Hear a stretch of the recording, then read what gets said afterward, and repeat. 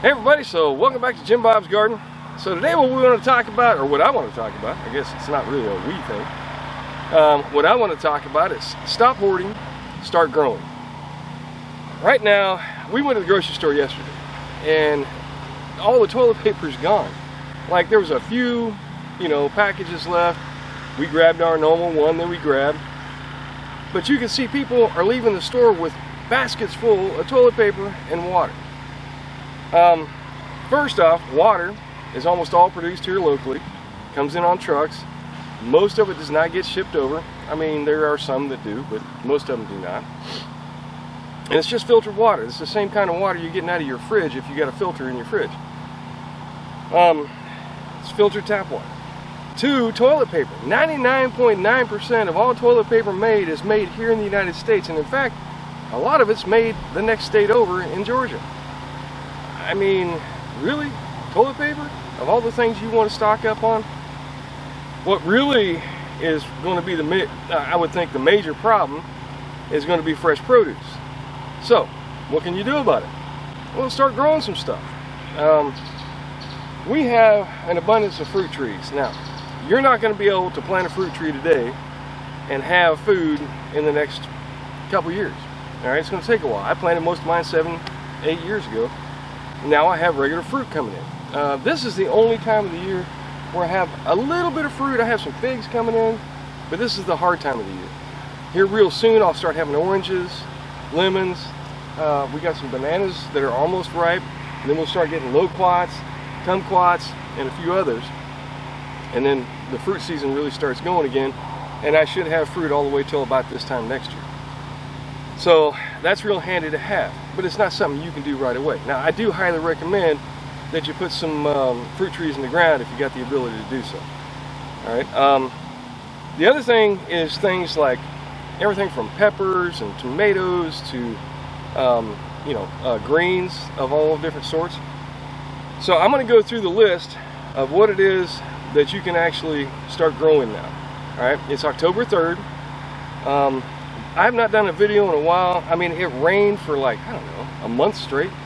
And then, of course, we got hit by the hurricane, which we did fine. I mean, this here is about the worst thing that happened. One of my little, cheesy terraces actually came apart. So I'm going to have to tear that out, fix it up. Probably turn this into another compost bin. But that's what I'm going to start doing. I'm going to start prepping things up, start pulling weeds, putting out some of the compost that I've already gotten made. I've gotten, that I've grown here locally, here on my property. And then I'm going to start planting. So what can we plant in October? Now, I'm going to give you this list, but I want you to take it with a grain of salt. Right now it's 90 degrees. I mean, it's hot as all get out here. And that doesn't do real well for most greens, all right? Most greens don't want to be over 85 degrees. So I'm going to plant some. Well, I'm going to prep today, probably plant tomorrow or the next day. Planning for it to take about a week to 2 weeks for things to kind of grow up. And hopefully, by that time, things will start to cool down. If not, you may have to replant. So just keep that in mind on what kind of seeds that you want to plant. In October, the things that we can grow: beets, broccoli, cabbage, carrots, Chinese cabbage, collards, kale, kohlrabi, leeks, lettuce, onions, bulbing onions. Well, onions bulbing, onions bunching, both types of onions. Parsley, radishes, spinach, strawberries, and turnips is what it lists. All right. So those are the things that you can start planting now if you want to go ahead and get your garden going. It's going to take most of them 2 weeks. If you're really looking for a food source quickly, probably one of the best things you can do is radishes, because you can eat the radish greens probably about a week or 2 after they sprout. And so that usually is a really quick food source. Also, lettuces tend to come up pretty quick, and so on. So we're going to get everything prepped up, and let me show you what I'm doing in the garden to get ready to go for our fall growing season.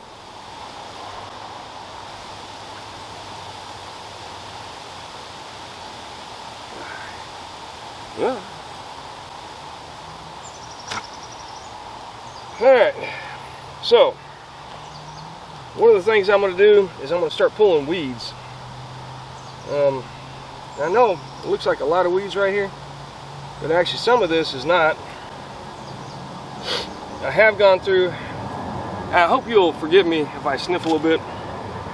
We've had, I'm pretty sure it was COVID for a long time. It's been kicking our butts. We're starting to get over it now finally, hopefully, but still got the sniffles and a little bit of head congestion and all that goes with it. So, but it's the season. But you know what helps with that? Fresh produce. All right, lots of vitamins and such. Good healthy foods will really help you out. So what I had here is I had a bunch of chives. And I mean, I had big old bunches that probably went a foot across all through here.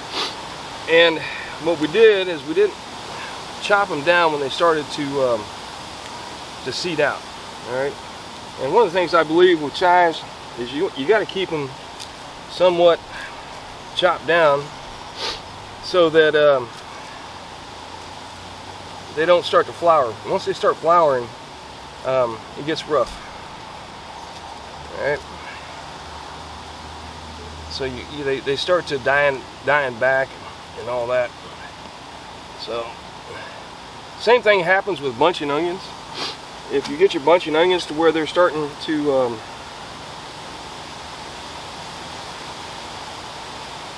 really start seeding out, you're going to start having those die back as well.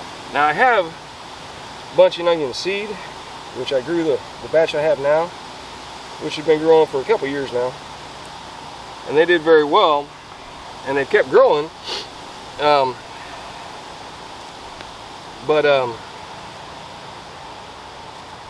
We did keep them chopped back. The wife cuts back the greens and then basically turns them into powder, mixes that with some other stuff, and makes her signature dip for chips. Obviously we have to get the sour cream from somewhere else, but everything else comes from the garden. And she puts like mustard greens in it, garlic. Though I have to admit, this year garlic kind of sucks for me, so we don't have a lot of garlic. We've had to buy garlic, but that's okay. You're not always going to have a great year on everything. That's just part of the deal with doing a garden. Now, I'm pulling weeds because I'm trying not to disturb my dirt too much. You can go through with a rotary tiller of some sort, get rid of the weeds that way, and grind everything in, which I have and I have done. But in this particular area, I'm going to try not to do that. I got some nice, dark, decent looking dirt. Still a lot of sand to it, but as you can see, I've still got like about 2 or 3 inches of space, maybe 4 inches in certain spots of space where I can put in more compost. So I'm going to go ahead and just pull the weeds out and fill them with compost. I might stir it around a little bit by hand, and then I'll go ahead and plant directly into that. It should be fine. Now the only thing with my compost, because it's primarily made of grass clippings, it does have some weed seed in it, so that's just something we're going to have to deal with, and that's okay, because I have the time to go ahead and pull my weeds. Not everybody does, but you know, that's just the way it is. Excuse me. Like I said, I'm still getting over whatever kind of crud we got. I mean, I don't know if we had COVID. We never tested. So,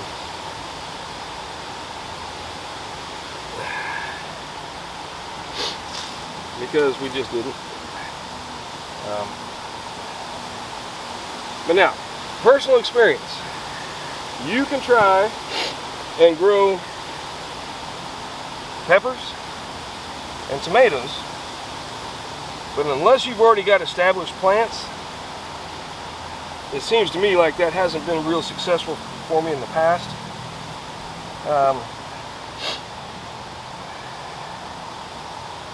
First off, the bug pressure is pretty intense this time of year, since we haven't frozen anything yet. Second off, they just don't seem to want to produce. I think it has to do, you gotta remember, some plants recognize the fact that the days are slowly getting shorter and shorter. And so they know this is not the season to actually grow, and they won't really put out until later on. Now in the past, I have had a lot of success with overwintering my peppers, which is what I'm going to be doing. I've got a few pepper plants that are still alive. They're just not doing great. I'm not sure why. I'm thinking not enough nutrition in the soil, so that's why I'm going to put a ton of compost over there on those, which are on the other side of this former bed springs that I have next to me. And I'm probably going to try and grow a few beans up the trellis and see how it goes. But you know, I mean, so some years are good for certain things and some years are not. Like this year, for some reason, the pests or the animals or something ate all of my oh man, what are they called? Cucamelons. Alright, the cucamelons are a really nice what are they called? What's the name of them? Anyway, cucamelons are really nice. They're about the size of a grape, but they taste kind of like a cucumber. They're a really nice snack to have. I had a whole bunch of plants come out, and I never got a cucamelon one. Either something was eating them, or they just weren't growing, or something happened. And then the plants all just died back. I think between the constant rain, we didn't have any rain for most of the spring and into the early summer, and then it started raining and just would not stop. Where before my pond out back here was 3 foot low, now it's overflowing into we got a drainage ditch behind us, into the drainage ditch continuously. The hurricane didn't dump a lot of water, but up until the time the hurricane came through, it was rough, man. We had a lot of water, and I think that's what killed a lot of this off. Now you notice I'm wearing my glasses when I'm pulling the weeds here. You really don't have to, but a lot of times you'll find things that grow up. Let me see if I can still find it. Oh, did it die back? And I had a garlic in here growing, and I think it might have died. Yeah, I don't see it. Yeah, it probably rotted. That's one of the things about trying to grow garlic before the time is right. It'll rot in the soil and just won't make it. Some of the things I am going to do though, I did go and buy some garlic, obviously because we did not produce enough. We produced some, but not enough to really keep us going. We're using the last of ours now, but I bought a nice little package, and I'm going to take a bunch of those and I'm going to stick them in the fridge. I'll leave them in the fridge for about a month, and then this time next month I'll start putting them in the ground when things will cool down substantially, and hopefully we'll get a better garlic crop. Same thing with onions. I'm going to get ahead on the onions. I'm going to be planting some onion seed. I got to buy some, but I am planning to get some more onion seed. I got a little bit, but not a lot. And then I'll take and get them planted in the ground early, so that hopefully we get bigger, stronger onions. One of the issues is that you know, we grow short day onions because by the time we get to a long or a full day for sunlight for onions, they all will start to rot and go bad just because of the heat. Same thing with potatoes. Potatoes, we got to get it, you know, get it going early, because if you don't, what'll end up happening is you'll have a lot of them that either won't grow or they'll start to rot off in the ground. Alright, and then let's talk about, I'll finish this up and do some planting. I may do another video, we'll see. But let's talk about some of the things that we have that still are producing greens for us right now. Like I said, it's the 3rd of October. So let me take you for a little walk and I'll show you some of that and then I'll let you go. Alright, so I did want to show you a couple things. One of them is my kale. Now, this is the purple lacinato kale, dinosaur kale, whatever you want to call it. These sticks right here, and you can see just hadn't done well. Even with all the rain, they have just not survived. So unfortunately, that is not one of the things that I'm able to overwinter this time, which is kind of sad. But I do want to show you this over here. Now I know this looks like a whole bunch of weeds, but this is actually a whole bunch of sweet potato. Sweet potato greens are really nice in a salad, particularly if you get the younger tender ones, which I mean I wouldn't get the old ones, but like the ones that are still a little bit purple, like that one, or like, you know, nice fresh leaf like that one. They make a really nice green in a salad and very tasty. Alright, let me go over here. Still got a whole bunch of weeding to do. Let me show you what we got over here. Alright, another one that grows really good around here, and if you're here in the Northeast Florida area, I highly recommend it, and that's this stuff right here. That's the longevity spinach. Now I planted this up underneath this tree, oh man, I don't even know, 4 or 5 years ago. And you can see it's all in here. And then, oh look, I got goji berry flowers. Hopefully we'll get some goji berries. But it's all over here too. Alright, and then in various and sundry other places. Like right there. A good solid source of greens for your salads. And it will keep growing. It will die back in the wintertime, but it'll come back from the roots afterwards. And then another one we have is this. This is my collard greens. Alright. Now I don't have many yet. I'm going to be growing some more. I got some seed. But I got that one there and that one there. And they did survive the summer.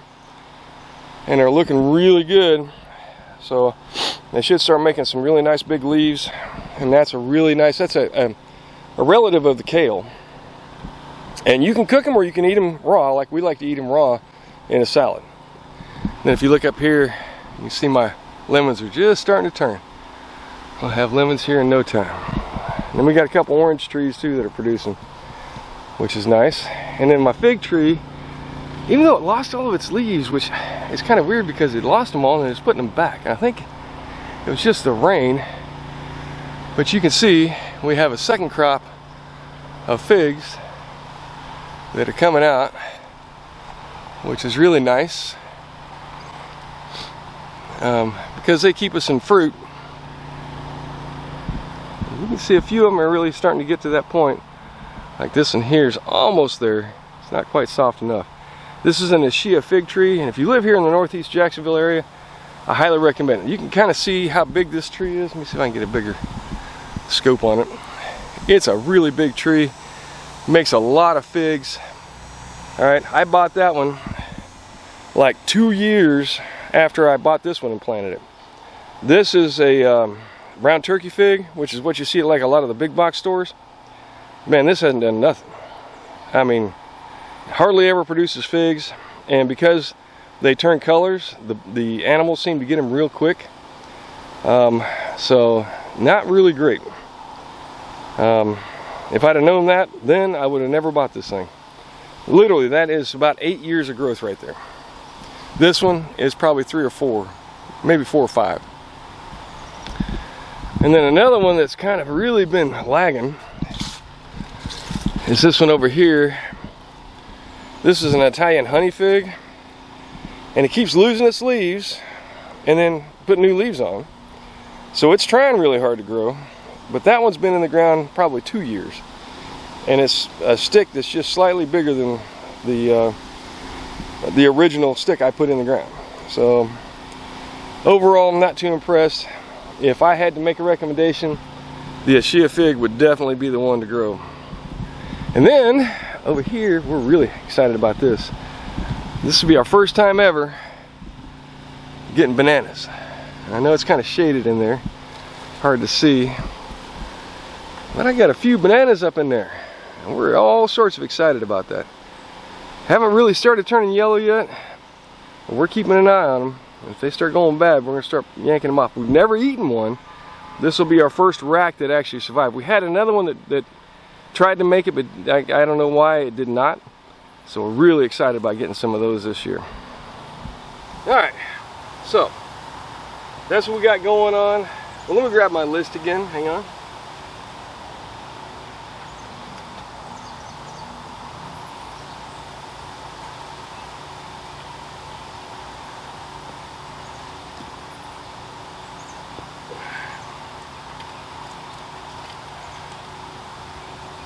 Alright, so let me go back over the list one more time. Alright, so for October, like I said, it's the 3rd of October. The things my list says you can grow is beets, broccoli, cabbage, carrots, Chinese cabbage, collards, kale, kohlrabi, leeks, lettuce, onions bulbing, onions bunching, parsley, radishes, spinach, strawberries, and turnips. Now I have almost all of those seeds stashed somewhere. And then I'm going to reach into November just because. In November it says beets, broccoli, cabbage, carrots, Chinese cabbage, collards, kale, kohlrabi, leeks, onions, bulbing, onions bunching, parsley, radish, spinach, and strawberry. Almost the same as, matter of fact, yeah, it is, well, except for the turnips. Basically, I guess turnips won't do well, which I have found to not be true. I planted them in the fall. But basically all of those are items that can take a frost and still keep growing. So that's kind of what I'm looking at. If you got seeds, you can go through your seeds and start looking at what will survive a frost. All right, are they frost hardy? It'll say right on there frost hardy. Most things won't survive a hard freeze like we have had in the past where it gets down to the 20s. But as long as the temperatures stay, you know, around 30, 32, time frame, and usually here, we might get some 32-degree days, but they don't last long. So typically it'll be okay. Typically. So right now, in the interest of getting things prepped up and ready to go, I'm going to start weeding, start putting out my compost, get as much of that into the garden as I can, and then I'm going to start planting. All right, and we'll get back to you and show you how it all worked out here in a little while. Probably about a week or two before we start really seeing anything there. Alright, with that being said, thanks everybody for stopping by. I am still in the garden. Oh, and I want to let you know, it's kind of fun. I was going through Walmart yesterday, and some young guy was going by and was just staring at me, and I'm like, dude, what are you looking at? Alright, what's the problem here? Just kept staring at me. Finally, as he's just about past me, he says, hey, do you have a garden? And I'm like, yeah, I do have a garden. He says, do you have a garden YouTube channel? And I'm like, yes, as a matter of fact, I do. So I actually got recognized at a local Walmart here. That's twice it's happened to me in the entire time I've been running this channel, which is, I don't know, 6-7 years now. So the first time some lady starts yelling, Bob, hey Bob. I'm like, who's Bob, man? So I looked around and she's like, Bob's garden. I'm like, oh, Jim Bob's garden. I said, I'm Jim Bob. She's like, yeah, you got that YouTube channel. I'm like, yeah, I do. So that was kind of nice. All right. But anyway, so I like being recognized, so please pass it out to your friends. Maybe make a recommendation. Talk them into growing something, man. I'm going to tell you right now that, I have enough right now between what little bit of greens I've got, the onions I've got, the eggplant that I got. Like, we're making lasagna today, and we're going to use eggplant in the lasagna. That we basically are doing okay. I don't have to go to the grocery store and buy veggies. We have bought tomatoes and we have bought garlic, and we're almost out of onions. So, but we do still have the green onions, which is really nice, the bunching onions. So we really don't need onions. The garlic, we have garlic chives, and we have a whole bunch of those, so we can use that for garlic. So there's a lot of things we do that will keep us in food if things get really dire. But keep in mind, all right, this whole dock strike 1 it should be over. You know, eventually, if it gets bad, the government will step in and knock some heads and get them back to work, I believe. But even if it doesn't, it's really just stuff that's being imported. All right, a lot of our produce is grown here. I was watching some YouTube channel. They were talking about how Florida, for example, is one of the biggest producers of bell peppers anywhere in the world. All right, so we shouldn't be running out of bell peppers. We shouldn't be running out of tomatoes. There's a lot of things. We should be fine. Stop freaking out. If you're out there trying to hoard a bunch of stuff, stop it. If you've got the space, grow a garden. Even if you're growing in a container, it's really nice. We have some greens that we grow in containers, and like, oh man, we forgot to harvest greens. So we can walk out into our back patio with a flashlight and harvest, you know, to our heart's content, and get enough for a salad typically. Or, you know, like greens for hamburgers or what have you. All right, so that does make life a little better. But don't hoard, grow. Grow yourself a garden. You'll thank yourself in the end. It really does pay off. And the cost-wise is next to nothing. Between, you know, just the work that I put in, the compost that I use for fertilizer, the only real cost for me is seeds. And most of those I've been harvesting myself, so it hadn't really been an issue. Like all of these, well, can you see them? I don't think you can see them, but I've got all of these eggplant plants that are growing fine, have been producing eggplant, and that all came from seed from previous batches that I had grown, which I highly recommend. Save your seeds and get it going. Speaking of getting it going, I got to get it going on here. Got to try and save my peppers and see what I can do to get some stuff in the ground. Thanks for stopping by. Do me a favor, give me a like and a subscribe, and let me know what you think.